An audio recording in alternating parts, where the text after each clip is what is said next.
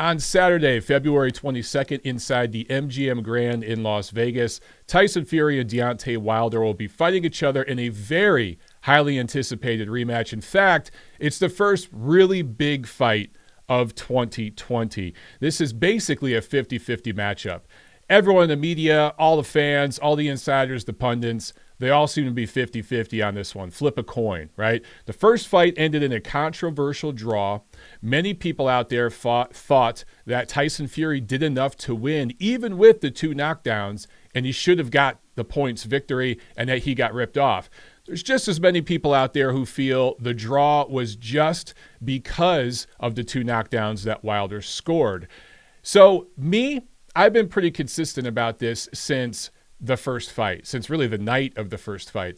I was cool with the draw. I think that Tyson Fury, although he boxed very well and made Wilder look downright amateurish in spots, he gets a little more credit, I think, than he deserves. And there were several swing rounds in that fight. If you go back and watch a second, third, fourth time, I've seen the fight 3 times now, you can see several swing rounds where you can make a logical, objective argument for either fighter. So all in all, I was fine with the draw, and I'm good with this rematch. I think it belongs on pay-per-view. This is obviously a joint venture between Fox and ESPN, PBC, and Top Rank. And there's going to be a lot of fanagers watching the numbers of this fight, because if it does well at the box office, it could lead to other big fights like this down the road between 2 platforms that, work together, even across network ties. So a lot of people are going to be paying attention to the numbers. Of course, we'll be talking about that subsequent to the fight in the coming weeks. Reminder, this Saturday night, right here on my channel, I'll be doing a live fight commentary. So for those of you who can't get the pay-per-view, tune in here on my channel. You'll get live, second-by-second, blow-by-blow updates about what's going on, and we can chat about it live. Also, even if you're getting the pay-per-view, come back here on the channel to watch it with me. You guys probably have multiple devices anyway. You'll have the fight on your TV. Pull my channel up on your phone, your tablet, whatever it is, and we'll chat about it live, okay? So, huge ad viewership during the Super Bowl, and the lead-up has been great. Both fighters have done an outstanding job of promoting this fight. I personally believe anything less than 1 million pay-per-view buys is a failure for this card with all the promotion that's gone into it and the lead up. I think it's been a great build up, great promotion so far. Both fighters have really done their job. Before I break down the rematch, let's go back to December 2018 and talk about that first fight, okay? Attendance at the Staples Center in Los Angeles was over 17,000. That was the announced attendance. There was a big fight week walk-up purchase, particularly by UK fans who traveled over. And they're expecting that again in Vegas. Now, we're not going to have as many people seeing this fight live because it's at the MGM. They've scaled back the capacity seating there, but it will do a much larger live gate because the tickets, obviously it's in Las Vegas, the casino packages and everything. The tickets are more expensive. So this fight's going to do a great live gate, and I do think it's going to be a sellout. There's still tickets available, but of course there's going to be that fight week walk-up, especially with the UK fans that always travel well to Vegas. I think it's going to be a sold-out show that's going to do an impressive gate. First fight, many people out there feel, Fury won the fight in terms of rounds. I don't think you can really argue that. Knockdowns in the 9th round and the 12th round, of course. That was enough for Wilder to get the benefit of the doubt and maybe escape with a draw. And a lot of people out there feel he probably should have lost that fight. You can make an argument either way. Again, I was cool with the draw. What I liked about the first fight, which I feel a little overrated, it was a good fight with a lot of tense moments, but it was nowhere near this great epic heavyweight battle. It wasn't nearly as good as when Vladimir Klitschko and Anthony Joshua fought a few years ago and some other recent heavyweight fights, but it was a damn good one. The best part of it, though, was that the climax, the crescendo, was in the 12th and final round. Deontay Wilder lands a 3-piece, a 1-2-3 combination that drops Fury. It looks like he's out. I remember watching that fight live. I think I did a live fight commentary on my channel, and I was saying, he ain't going to get up. This is over. Lo and behold, a few seconds later, he gets up. And not only does he get up, he fights hard. He fights hard down the stretch of that round. Now, there's some controversy. Some people wonder if that should have been changed to a 10-9 round because of what Fury did.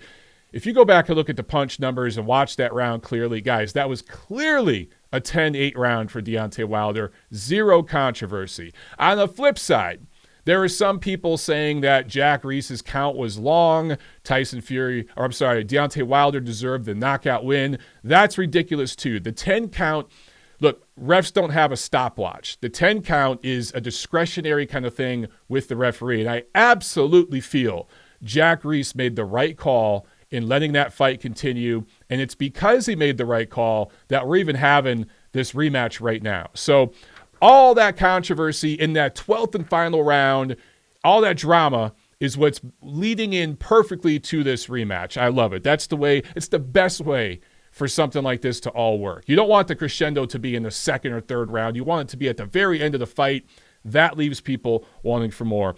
According to CompuBox, and I should say, I always say this when I talk about punch numbers, they're not gospel, but they do give an indication. They do paint a picture, okay? I understand CompuBox isn't 100% accurate, but it's, let's say, 90% accurate. And they've done studies to show this. So there's maybe a 10% gap where it could be off. But these numbers do paint a picture as to what we saw in the first fight.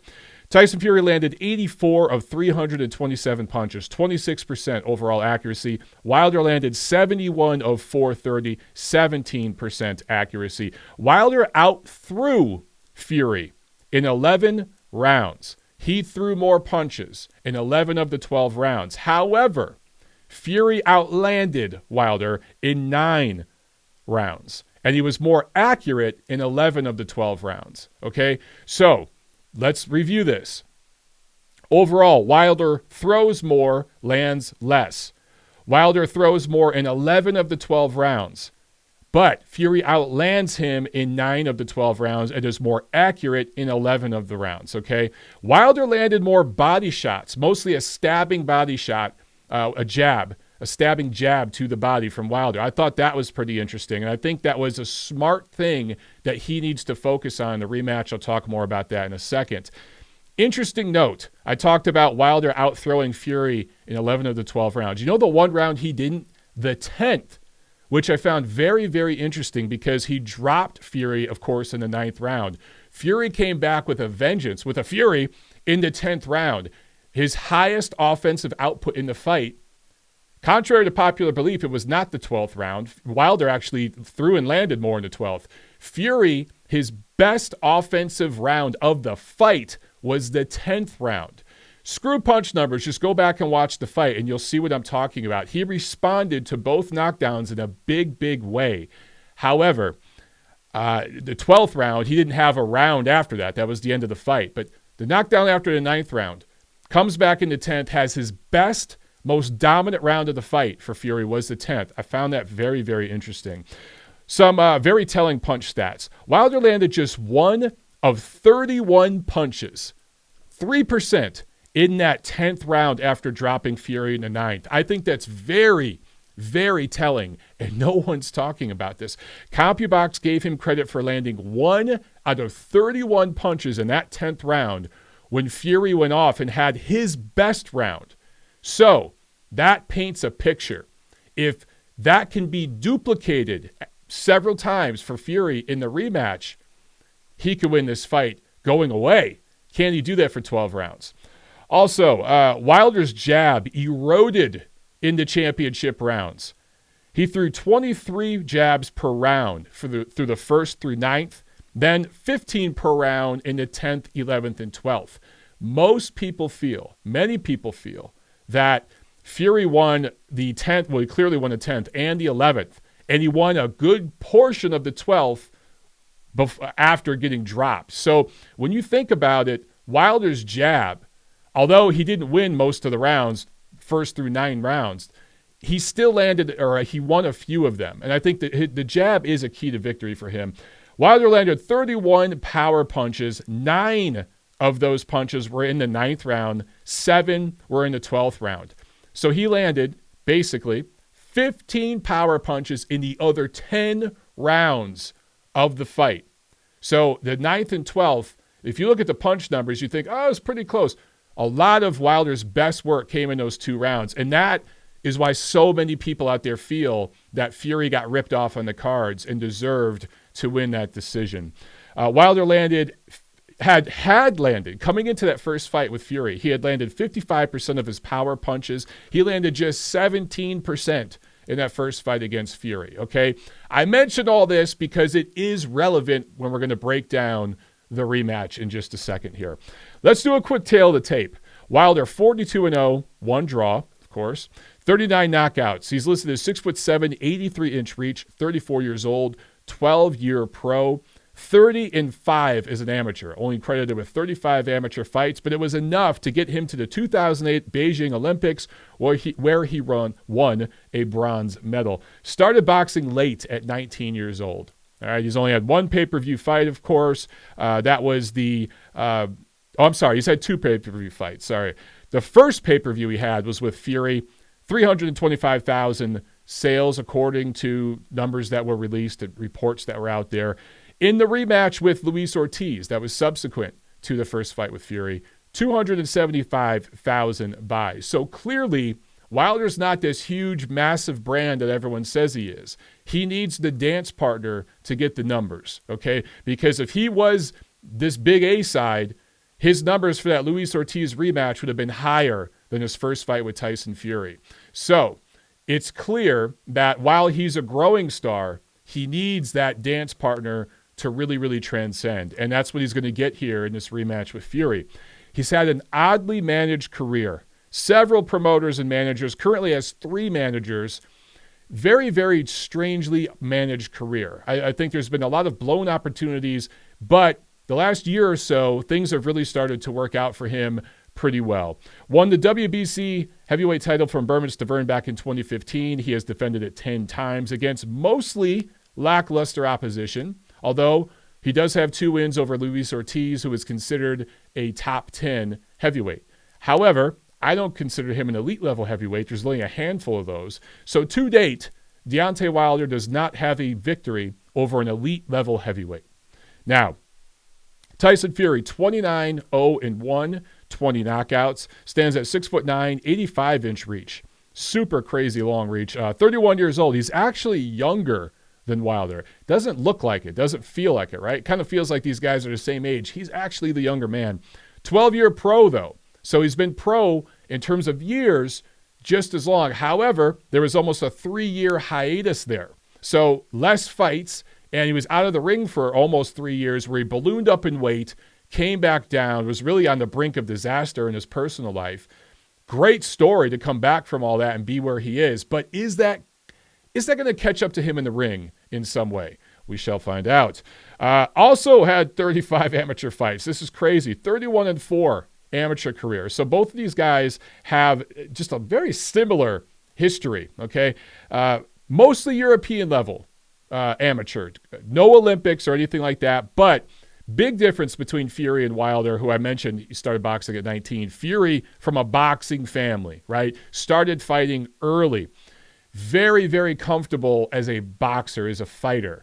So I think he's the more natural boxer. That's pretty obvious when you look at the 2 of them fight. He's just more natural and comfortable in the ring. Wilder, there's a lot of tenseness with him, and things don't come just naturally to him. He has to think a little bit before he acts. Therefore, he telegraphs a lot of what he does. However, there's dynamite in that right hand, and so far it has bailed him out throughout his entire career. One day it will catch up with him. Will this Saturday be the day? I don't know, but it will catch up to him at some point. But that right hand is so explosive. It's made up for his lack of comfort and natural fighting and boxing ability in the ring because he started boxing so late. Fury's been doing this since he was in diapers, right? Another oddly managed career, though, for Tyson Fury. He's had 6 trainers as a pro, 3 different promoters, all right? So both of these guys have had a lot of noise around them, a lot of noise and drama in terms of so many people around them, so many different managers, promoters, advisors, et cetera, et cetera. And sometimes that's a good thing for some people. Sometimes it's a bad thing. For Fury, another big difference. He does have an elite level win. He beat Vladimir Klitschko back in 2015. Now, I'm not going to get into the details. He ended up testing positive for an anabolic that same year before he ended up fighting Vladimir Klitschko. To me, that puts an asterisk over the victory, but the bottom line is he still got the W over an elite level, first ballot Hall of Famer in Klitschko. So that is an elite level win that he has. Of course, there's the cocaine after the suspension. He was stripped by us at Ring Magazine. We no longer recognized him as the lineal champion. You can't not show up for work for almost 3 years and get fired, essentially, for conduct and still be the champion. That just doesn't work that way. So we stripped him. 5 fights since his return after all that craziness. 4 of those 5 fights have been against complete journeymen, okay? So he's looked dominant. He wasn't dominant against Wilder necessarily, but he's looked dominant against his other opposition, but it's been very limited opposition. There's no argument here.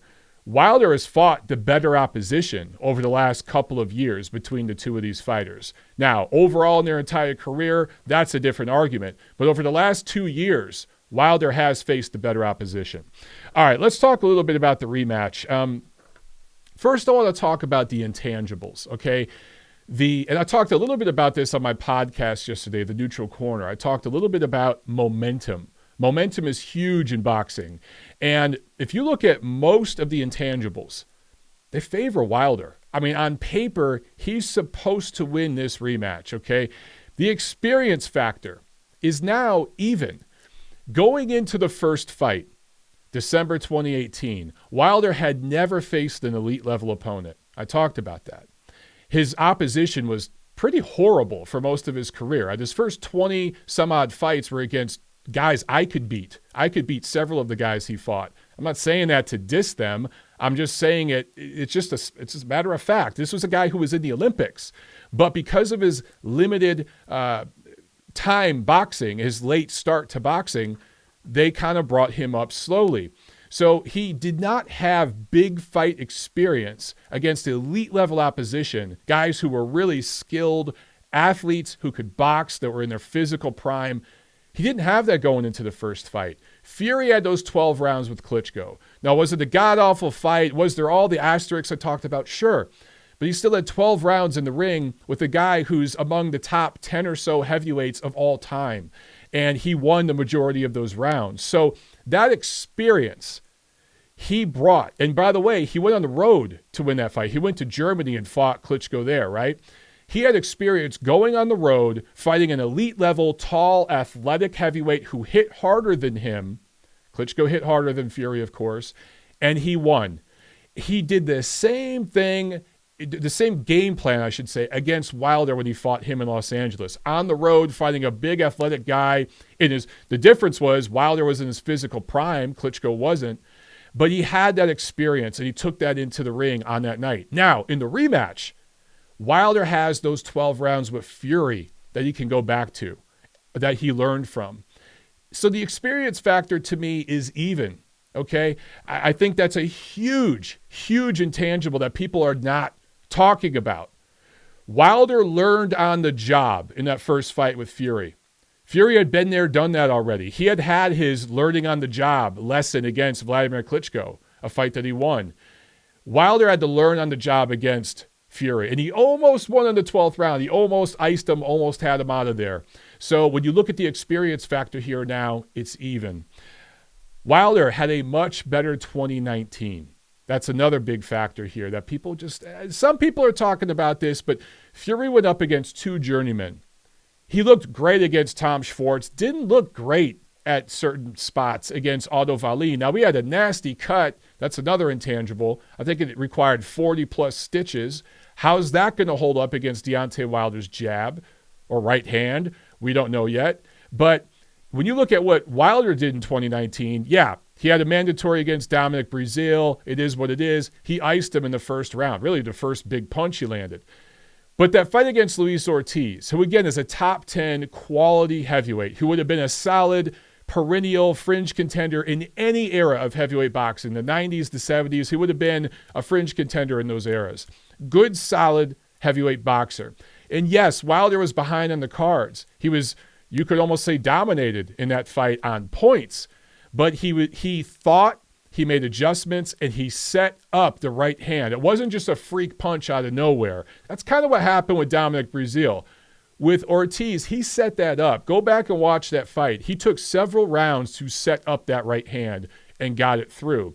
So that was a methodical performance from him. Not great, didn't look awesome, but another learning performance. All the momentum in terms of who they fought recently favors Wilder coming into this rematch. Another big thing, Tyson Fury just switched trainers. Now, I talked about this on my show again yesterday.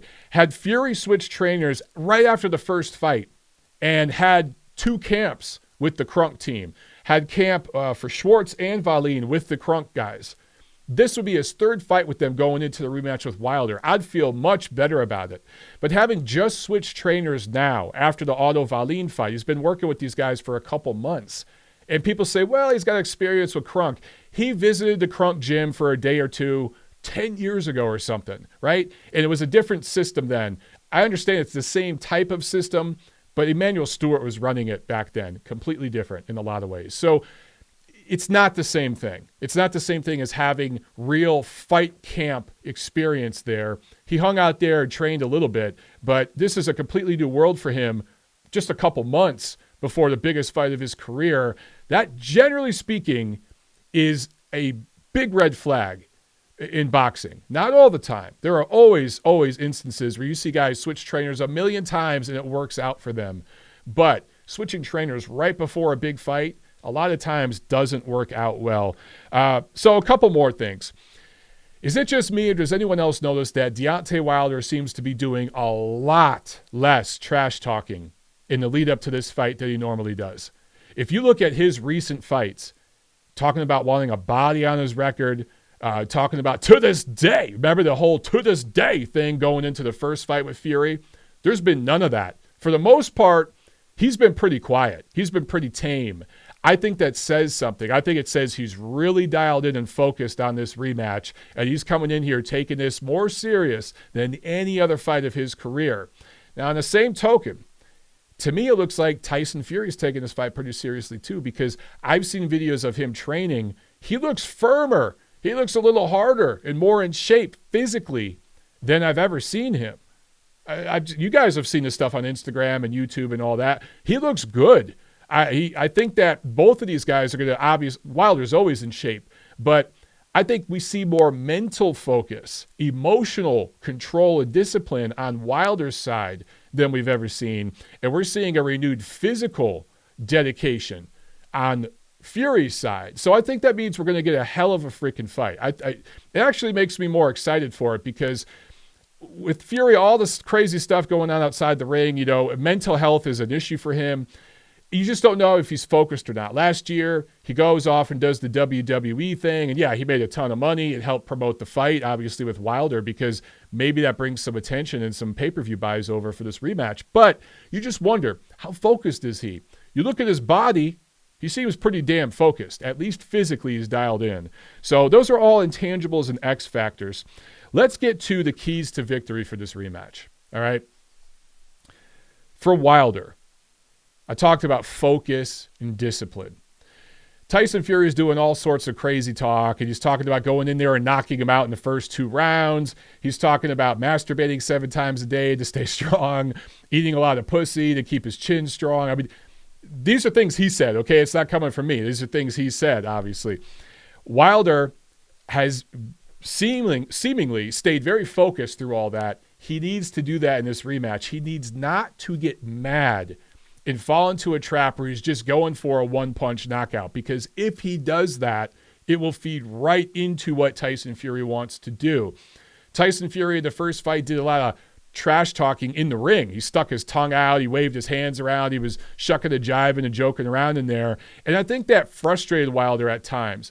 Wilder cannot get caught up in a cycle where he's throwing bombs and Fury sees him coming from last week and he slips them, pokes him, prods him, and gets out of range, gives an angle, and then Wilder has to reset, and they keep doing that dance. If Wilder gets caught into that, he's going to get outboxed. And this time around, I think the judges will get it right. If Fury does what he did in the first fight and doesn't get dropped, he's going to win this fight walking away. Also for Wilder, he's got to pump up the offense, pump up the punch numbers, the volume. I talked about in the first fight, he threw 430 punches. Go back and watch any Deontay Wilder fight and just look at the punch numbers, look at the output. He's throwing many more punches around than that. This guy normally, he's up in the 600-700s if he's fighting that long. That's how many punches he's throwing. He really, really slowed down the offense because he got stuck in that little snake charmer kind of dance that Fury does, where he's shaking and moving, basically, 280-pound, 20-stone Michael J. Fox, right? He's just shaking and moving, shaking and baking. And Wilder got stuck in that and kind of got lulled to sleep a little bit, and his offense slowed down. He needs to pump up the offense. He needs to throw 600-700 punches in this fight. That's how he's going to set up his knockout. I actually think he needs to throw a lot more than he did in that first fight. And he needs to throw the left hand. Don't just fall in love with the right hand. You go back to that title-winning fight against Berman Stavern. I think that was back in 2015. Wilder threw a really nice jab in that fight. He just worked off the jab and won the fight basically with his left hand. He stopped doing it after that fight. I don't know why. Everyone and their mother knows Wilder's bread and butter is the right hand. Tyson Fury is going to be looking for that right hand all night. If you go back and watch the first fight, that's all Fury was looking for. He was looking for that right hand coming on this side, and he was just ducking under it. Looking for the right hand, ducking under it. And there was a couple times where he got caught slipping, and he got hit by the right hand. But for the most part, he slipped him by a mile. And Wilder was way off balance when he threw it. If I'm Wilder, feint the right hand and start shooting some 45s. Don't have to throw a hook. That's easier to see. You don't throw an uppercut. It's easier to see. Throw a 45. Give him that awkward angle with those long, crazy long arms that Wilder has. Throw it like a rope and shoot a 45 there. And you can change the angle of it and play with it. But even if that shot is blocked, you can still use it to push Fury off and push him where you want him, then shoot the right hand. So if I'm Wilder, feint that right hand, shoot the 45, even if you're just placing it. If Fury's smart, he's going to go down like this. Once he sees that that's what Wilder's doing, he's going to have his right hand up to catch it, right? Okay, he catches it. Use it. Push him. Then throw that right hand. You could get some work done right there. It's sort of what he did in the 9th round to drop Fury. He kind of chopped it over the top of Fury's head. He saw something there, and I think that he could do that in this fight as well. But he's got to set it up with the left hand. He's got to set it up, because if he's just poking with the left hand and then throwing huge haymakers with the right, Fury's going to see that coming all day. Use the left hand, pump up the jab volume, make sure that Fury has to see something coming. If I'm Tyson Fury here, okay, looking in the camera.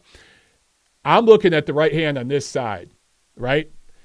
If I have to start paying attention to the left coming this way, especially if it's coming up at this angle, I got to start looking down here. I got to start watching for that. Then the right hand could slip in. So it's not just jabs up top, because I can see all that. If I have to start looking down here, if I have to start looking and moving my eyes a little bit down, it's harder to catch that right hand, especially if you loop it, which Wilder does a lot of times. So the left hand, particularly with the 45, some shots underneath, even if he's just touching Fury with those, they don't have to be knockout level punches, that can help him set up a knockout blow. Now, for Tyson Fury, the game plan's simple. He's got to stink out the joint. He's got to do what he did against Vladimir Klitschko. He tried to do it in the first fight with Wilder, and he did for the most part. The first 6 rounds of that fight were not very entertaining. Hell, the first 8 rounds. It didn't get good until Fury finally got caught, because he wasn't able to do it for a full 12 rounds. He needs to do what he did against Vladimir Klitschko and stink out the joint. Do what he did in the first 8 rounds against Wilder in 2018 and stink out the joint, and just continue that for 12 rounds. How does he do that? Low offensive output. He needs to do the opposite of what Wilder needs to do. Fury needs to throw less. Because if Tyson Fury punches more, that gives Wilder more opportunity to counter. So the less punches he throws, if he keeps it more to feinting, doing that shake and bake that he does, that gets Wilder thinking. Now, Wilder's just got to pump out a jab during that time. But for Fury, if he's punching, especially in combination, Wilder can time him and he could throw punches back at him, and that gives him a chance to land the haymaker that Fury doesn't want. So Fury has to keep the output low. If you look at, I was just looking at Tyson Fury's recent punch numbers. He threw 651 punches against Otto Wallin in his last fight. He threw 158 in the 2 rounds, not even 2 rounds, against Tom Schwartz. So he was basically throwing 80 punches around against Tom Schwartz, and against Otto Wallin, he threw 651 punches. Yet, in 12 rounds against Deontay Wilder in 2018, he threw 327 punches. Do you think that was by design? Yes, it was.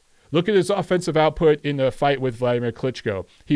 I think he threw 30 punches per round. Yeah, I'm looking here. 30 punches per round against Vladimir Klitschko. He only threw 27 punches per round against Wilder.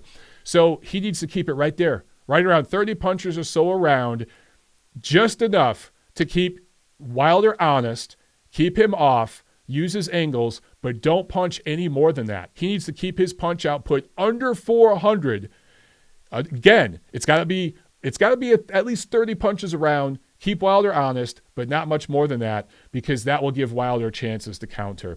Also, he needs to fight all 3 minutes of the round. This is obvious. It goes without saying. There's a couple times late in the fight, in the first time around, that he lost focus. And that's how Wilder was able to finally land a couple big shots and catch him.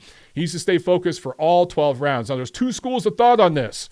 Some people out there will say, going into the first fight, Fury had been inactive. He was out of the ring for almost 3 years. He came back and fought Sefer Safari and Francesco Pineta, 2 journeyman level, well, particularly the first fighter, Sefer Safari, journeyman level opponent. Pineta at one point was a fringe contender type, but at that point had become a journeyman. So he was not prepared to go a full hard 12 rounds with a top elite level heavyweight.